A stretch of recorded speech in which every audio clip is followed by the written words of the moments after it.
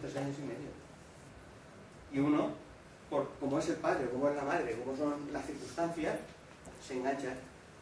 Y eso no, antes, yo me acuerdo, hace 20 años, bueno, 20 y tantos años, en los libros estaba que era patológico ser homosexual. Y hoy en día ya no.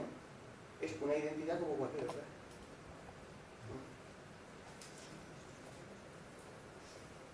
Entonces, por ejemplo, otro caso. Una chiquita que... un chiquito que, por ejemplo, sacaba muy buenas notas.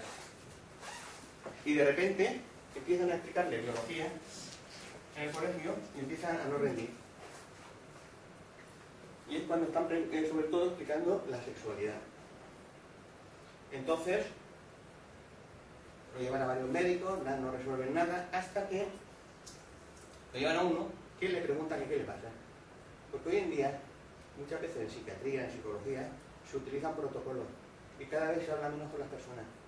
Cada vez hablamos porque escuchamos más la televisión, cada vez estamos más en otras historias, y ocurre hasta con los profesionales. Por eso muchas veces hay muchas patologías de los propios profesionales porque no escuchan. Entonces, ¿qué pasaba en este trío? Que le pregunta al especialista que qué pasaba, y él le dice, es que yo pienso que el cuerpo humano es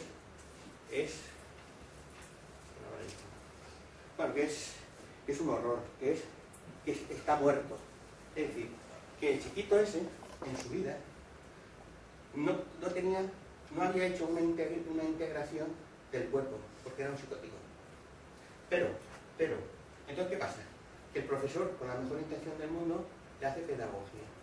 Mira, el cuerpo, la sexualidad de esta manera, de esta otra, tal cual, pero eso, que tiene que ver con la conciencia, con la razón, con el pensamiento, como no tiene nada que ver con lo inconsciente, con las fantasías inconscientes, no sirve para nada. Entonces, ¿qué pasa? Que como le presiona a la sociedad, le presiona a los médicos, el chiquito, ¿qué hace? Una anorexia. ¿Y la anorexia para qué le sirve? La anorexia es el síntoma que inventa el chaval para evitar la locura. ¿Cuántas veces vemos alcohólicos o drogadictos que cuando arrancas el alcohol o la droga aparece la psicosis?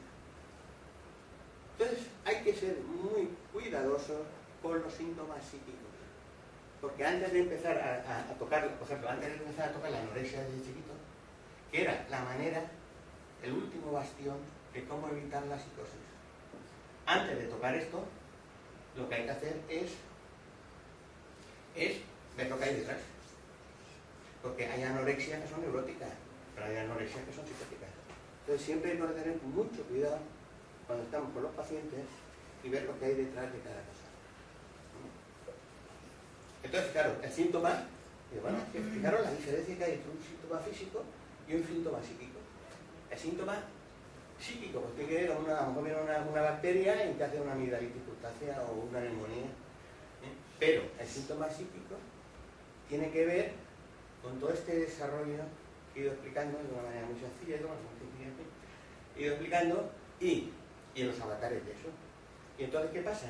Que el síntoma psíquico es el último intento que hace el sujeto para seguir gozando de lo que puede gozar. Entonces, por eso la dificultad que hay. ¿Y qué hacen los fármacos? Todos los fármacos lo que hacen es lo siguiente. Como todo esto que he explicado se inscribe en el cuerpo,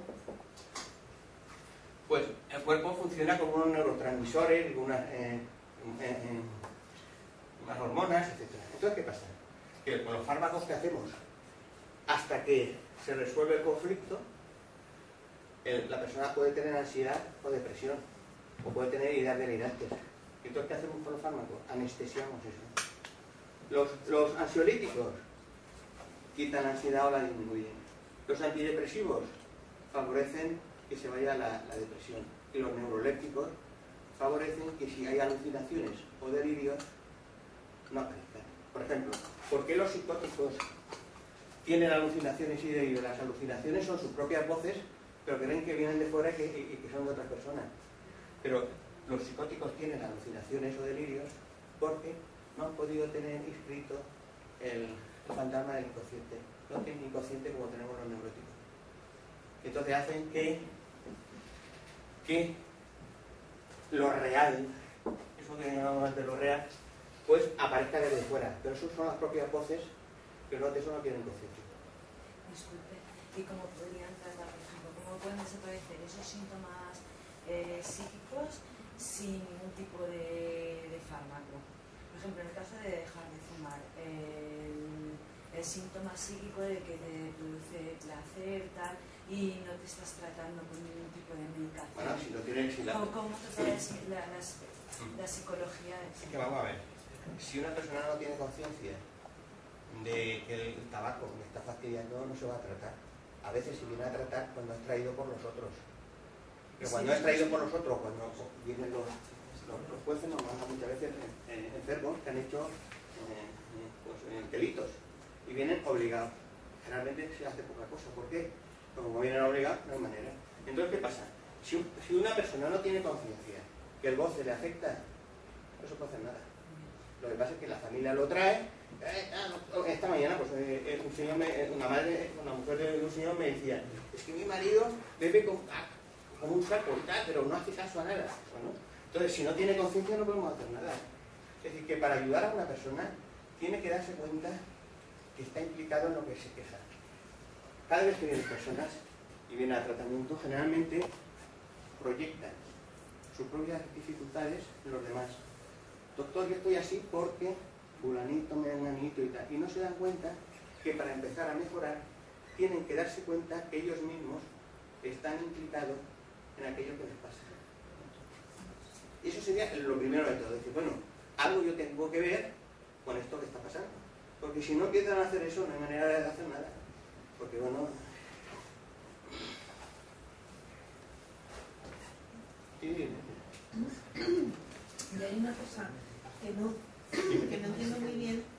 En algunos síntomas psíquicos, por ejemplo, lo de la fobia del ascensor, o ese miedo a salir a la calle, o cualquier otro tipo de fobia, ¿cómo tú puedes hacer tú consciente de cuál es el goce que está relacionado con eso? Porque yo a eso no le veo ningún goce.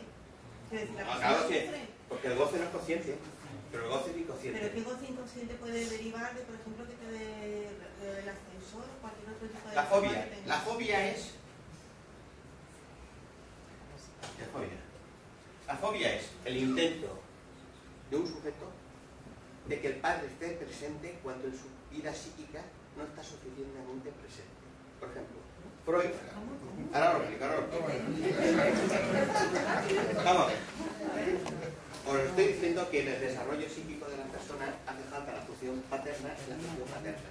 Muchas veces, ante una madre, que las hay, a ver las haylas, de que está muy encima del hijo, puede agobiar tanto al hijo que necesite la presencia del padre. Pero si el padre está ausente por la razón que sea, el niño hace una fobia, y la fobia, por ejemplo, la fobia es como una manera de representar al padre que no está, para librarse de tanta cercanía con la madre. Fijaros cómo sobre qué es un mundo. ¿Todas las fobias, disculpe que te interrumpa, todas las fobias? Todas las fobias. Todas las fobias es un intento de poner un padre donde la fobia hace que uno se distancie de la madre, pero claro, luego viene el sufrimiento de la fobia. Por ejemplo, Juanito era un chiquito de 5 años que Freud estudió y que tenía fobia a las jirafas. ¿Y por qué tenía fobia a las jirafas? Porque, bueno, por una serie de cosas, pero bueno, el asunto era que, es complicado, pero el asunto era que la fobia le servía a Juanito para distanciarse de la madre. Y la fobia venía al lugar de ese padre que no estaba suficientemente cálido. Entonces, fijaros, ¿qué diferencia tienen los síntomas psíquicos de los síntomas físicos? En las hijas mujeres es diferente. Sí. El distanciamiento tiene que ser con el padre. Sí. Vamos a ver, no, el distanciamiento, las mujeres... Vamos a ver, las mujeres de quien más se han enamorado en su vida, os tengo que decir, yo he dicho que venía otro día a hablar del amor, pero bueno, la mujer de quien más se ha enamorado en su vida es de su padre.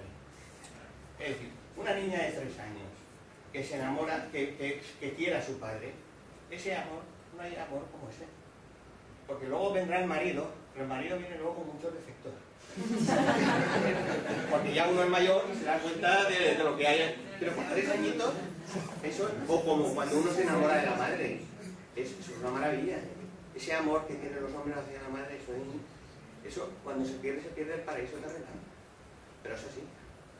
Pues eso. Doctor, usted hace mucho hincapié en la figura paternal. Y yo pregunto, ¿cuando se es hijo monoparental?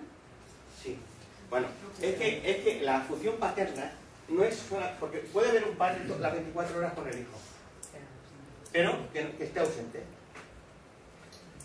La función paterna es que la madre coloque un vacío entre ella y el hijo, un lugar tercero, que imaginariamente el niño lo atribuye al padre, que está por ahí por la casa.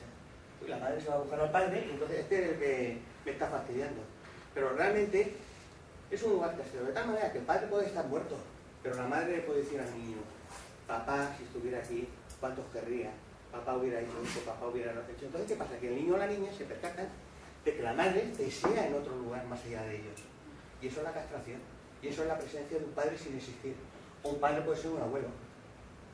Es decir, que ¿sabes? O un padre puede ser una carrera universitaria de la madre que se va y el niño o la niña se da cuenta que la madre tiene otra preocupación más allá de ellos. No es que esté la presencia del padre. Y de hecho hoy en día, eso sería otro tema, hoy en día, esto está hackeado hoy en día ya. Esto era hace 30 años, cuando yo estudiaba psiquiatría, esto sí que existía. Ahora ya empieza a trastocarse esto. ¿Por qué? ¿Por qué? Porque ya el ideal del padre, antes al padre era que se respetaba, ahora ya no se respeta. Ahora vivimos, esto era en la psiquiatría de lo que nosotros llamábamos del todo, y ahora estamos en el no todo. ¿Y entonces qué pasa? Que esto no es tan así, está todo más flexibilizado. Por ejemplo, hoy en día vemos menos psicóticos que estallasen como cuando antes estallaban con delirios floridos o alucinaciones. ¿Por qué? Como no hay padre, la potencia sexual, como yo recuerdo de mi abuelo o amigos de mi abuelo y tal, los padres son más blandos, pues para que el psicótico estalle, se tiene que encontrar en la vida real con una situación de un padre. Es decir, como el psicótico no tiene un padre en el inconsciente, como el psicótico no tiene un padre inscrito en su cabeza, cuando en la vida real se encuentra con un padre, y un padre puede ser, por ejemplo, la persona que más ha estudiado los esquizofrénicos ha sido un militar que estudió 2000 y pico esquizofrénicos. Los chicos jóvenes que son psicóticos y van a la mili es una fuente de desencadenante. Entonces, ¿por qué? Porque en la mili, al poner la disciplina, la responsabilidad es función paterna, que tiene que ver con la ley. Y el psicótico no está acostumbrado a eso, y está allá. Es decir, cuando el psicótico se encuentra en la vida como los neuróticos, es decir, imaginaos que pasa una mosca. Si es un psicótico, dice que los marcianos le siguen. Sí, esa mosca rompe las defensas que tiene. Si es un perverso, se dedica a matar a niños. Y si es un neurótico, pues se pone con la fobia o a cantar ladrillos. Es decir, según la estructura, por eso yo he tenido que explicar la personalidad, cómo se forma. Porque ahí se preforma el síntoma ya. Entonces, antes, hace 15 o 20 años, los análisis terminaban cuando uno atravesaba el fantasma. Es decir, cuando uno tomaba conciencia del determinismo que tenía. Esas fantasías están y no las vemos, pero que están. Y eso se va siguiendo en los análisis. Y entonces ahí terminaban los análisis. Pero hoy en día, como todo eso se ha modificado, los análisis terminan ahí. En aquellas primeras palabras que uno no entendía y se escribían como letras, como moldes en el cuerpo.